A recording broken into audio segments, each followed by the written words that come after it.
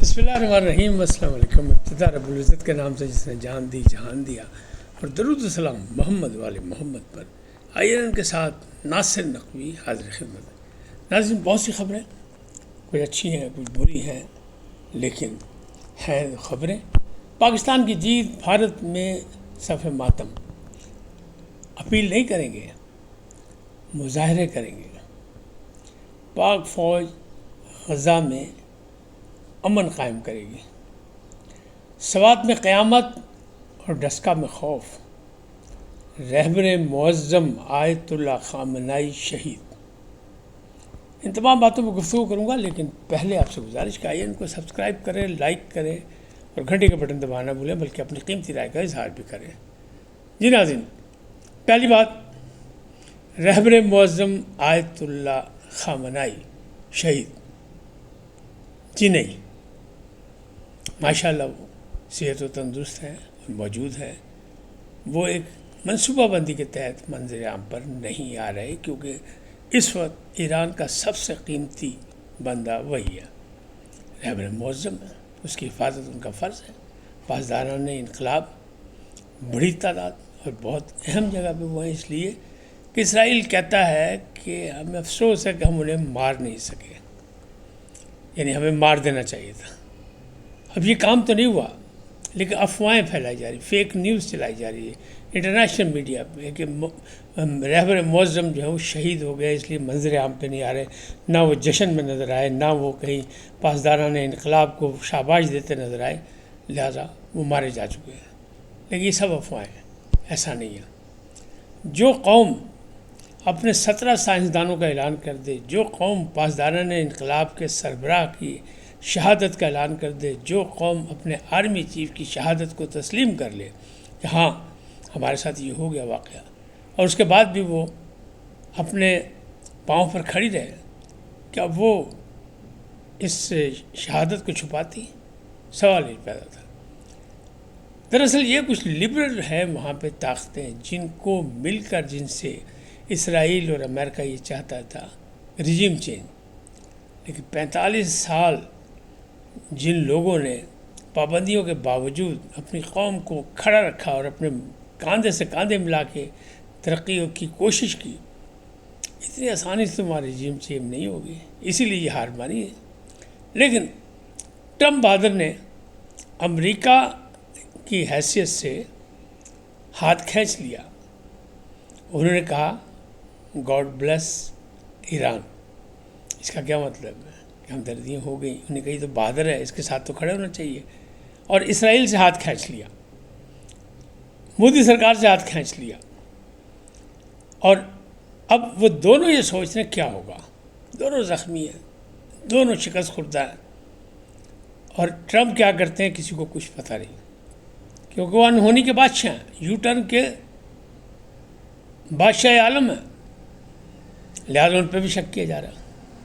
تاہم یہ افواہیں فیک نیوز اس لیے چلائی جاتی ہیں کہ قوم کا امرال جو ہے وہ ڈاؤن ہو، لیکن ایرانی قوم 40-45 سال سے شہادتیں دے رہی ہے، تو وہ اتنی جلدی مطلب سرنگو نہیں ہوگی، کھڑے رہیں گے وہ۔ اب کیا ہے، فارمولہ وہی آیا ٹرمپ کا کہ 2 ہفتے ان کا تھکیہ کلام ہے، 2 ہفتے میں غزہ میں امن قائم ہو جائے گا۔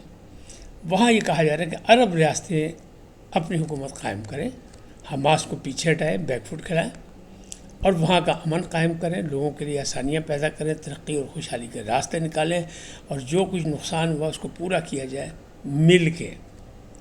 کہا یہ جا رہا ہے، ذرائع کا دعویٰ یہ کہ UAE، عرب امارات اور مصر تینوں مل کے وہاں پر کوئی حکومت بنانا چاہتے ہیں، لیکن ایک تجویز ہے کہ وہاں امن قائم کرنے کے لیے پاکستانی فورسز سے مدد لی جائے، یعنی پاک فوج کو غزہ میں پہنچایا جائے امن قائم کرنے کے لیے، کیونکہ ان کو دلوں میں جگہ بھی ہے اور انہیں ان کا احساس بھی ہے غزہ کا۔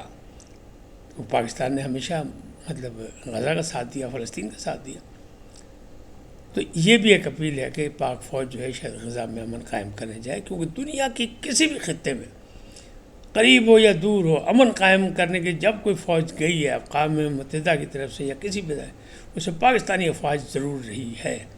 یہ ہمارا کریڈٹ ہے۔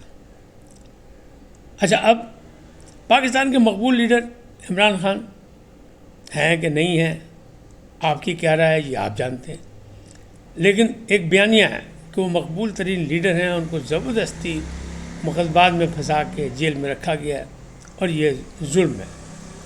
کل ایک مقدمہ وہ اور ہار گئے مخصوص نشستوں کا۔ اب بیرسٹر گوہر خان صاحب فرما رہے ہیں کہ ہم اس کی اپیل نہیں کریں گے، اپیل ہوئے گی نہیں، فل کورٹ تھا۔ یہ نہیں کہتے گا کہ اپیل نہیں ہو سکتی، یہ کہنا ہم اپیل نہیں کریں گے، ہم مظاہرے کریں گے۔ کل میں نے آپ کو بتایا تھا کہ عالیہ حمزہ بھی یہ کہتی ہیں کہ وزیر اعظم خان کو رہا کرانے کے لیے سڑکوں پر آنا پڑے گا۔ ان کی بہن علیمہ خان بھی کہتی ہیں، لیکن بلی کے گلے میں گھنٹی کون باندھے یہ ابھی فیصلہ نہیں ہو سکا۔ کہاں ہوں گے مظاہرے، کب ہوں گے مظاہرے، کس لیول کے ہوں گے مظاہرے۔ کچھ عید تھی، عید گزر گئی، چھوٹی عید، پھر بڑی عید بھی گزر گئی، محرم آ گیا، تو ابھی تک تو وہ کام نہیں ہو سکا جو اعلان کیا گیا تھا پیٹرن ان چیف کی طرف سے۔ بہرحال ان کا حق ہے، ایک جمہوری حق ہے مظاہرہ کرنا، ان کو احتجاج کرنا حق ہے ان کا، لیکن مبصرین کا خیال یہ ہے کہ پی ٹی آئی نے جتنی بڑی غلطی کی کہ وہ جو سنی اتحاد کونسل میں شمولیت کر کے، سنی اتحاد کونسل پارلیمانی پارٹی نہیں تھی، سنی اتحاد کونسل نے ایک بھی الیکشن نہیں لڑا، سنی اتحاد کونسل کے سربراہ نے بھی آزاد حیثیت سے لڑی، یہ بہت بڑی غلطی تھی۔ لیکن جو ان کو سزا ملی مخصوص نشستوں پہ وہ ڈبل سزا ملی ہے، اتنی سزا نہیں ملنی چاہیے تھی۔ کیوں کہ 39 کے بارے میں فیصلہ ہو گیا تھا کہ اس میں کہیں نہ کہیں پی ٹی آئی کا ذکر ہے تو ان کو پی ٹی آئی کا مان لیا جائے، لیکن چونکہ میں نے کہا نا کہ قانونی لڑائی کو سیاسی بنا کے لڑا گیا تو نادان وکیلوں نے وہ بھی موقع ضائع کر دیا اور ڈبل سزا پی ٹی آئی کو دلوا دی۔ اب بات کرتے ہیں سوات میں قیامت کی۔ پورا پاکستان سراپا احتجاج ہے، ہر گھر سوگوار ہے کہ سوات میں ایک ہی خاندان کے 18 لوگ زندگی کی بھیک مانگتے رہے، مدد مدد پکارتے رہے، لوگ کناروں پہ کھڑے دیکھتے رہے، سیلفیاں بناتے رہے، فوٹیجز بناتے رہے، لیکن کوئی ان کی مدد نہیں کر سکا۔ تمام تر ملبہ علی امین گنڈا پور پہ گیا، اس لیے کہ 3 سال پہلے بھی نوجوان تھے پھنس گئے تھے، اور وہ بھی اسی طرح 6 نوجوان یا 4 نوجوان وہ بھی اسی طرح پانی میں بہہ گئے تھے، ان کی بھی کوئی مدد نہیں۔ ہیلی کاپٹر آ رہا ہے، ہیلی کاپٹر جا رہا ہے، ہیلی کاپٹر آ رہا ہے، ریسکیو کیا جا رہا ہے، ساری باتیں ہو رہی تھیں، کچھ بھی نہیں ہو سکا، وہ بہہ گئے تھے۔ اسی طرح یہ 18 ایک ہی خاندان کے ارکان، لیکن اس سیلابی ریلے میں بہنے والوں کی تعداد 18 نہیں ہے، یہ 78 ہے۔ 18 تو صرف ڈسکے کے ہیں، اور ڈسکے میں خوف و ہراس ہے، مایوسی ہے، ویرانی ہے۔ یہ کیا ہو گیا؟ ایک ہی خاندان کے 18 افراد، بچے، چھوٹے بڑے، عورتیں، مرد، بزرگ، سب لوگ تھے اس میں۔ بہت بڑا سانحہ ہے اور یہ برسوں بھولا نہیں جا سکتا۔ لیکن جس نے نالائقی کی، اس نے کیا کیا؟ اس نے صرف سرکاری عہدیداروں کو، ایڈیشنل کمشنر کو اور لوگوں کو معطل کر کے، منہ کا ذائقہ چینج کر کے لوگوں کی توجہ ہٹانے کی کوشش کی۔ مثبت ابھی بھی حل کوئی نہیں نکلا۔ ریسکیو کیوں نہیں کیا گیا؟ ٹیمیں کہاں تھیں؟ پانی کی اطلاع کیوں نہیں دی گئی؟ اگر یہ خطرناک علاقہ تھا، دریائے سوات میں اسی طرح پانی آنا تھا، پیچھے بارشیں شروع ہو گئی تھی، تو اطلاع کیوں نہیں دی گئی؟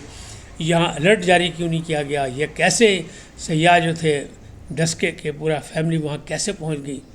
ان تمام چیزوں کا سوال تو ہے، لیکن کیا صرف ان کی قسمت پہ رویا جا سکتا ہے، صفحہ ماتم بچھائی جا سکتی ہے، اور حکومتی غلطیوں پر بھی آہ و بکا کی جا سکتی ہے؟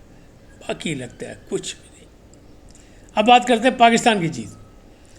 بھارت میں صفحہ ماتم، پاکستان کی قدم قدم پر جیت ہو رہی ہے، کیونکہ اللہ تعالیٰ نے کوئی ستاروں کی چال ایسی کر دی کہ ہمارے اجمل رحیم صاحب نے یہ کہا تھا کہ اپریل گزرے خیر خیریت سے، پھر دیکھیں پاکستان کہاں جاتا ہے۔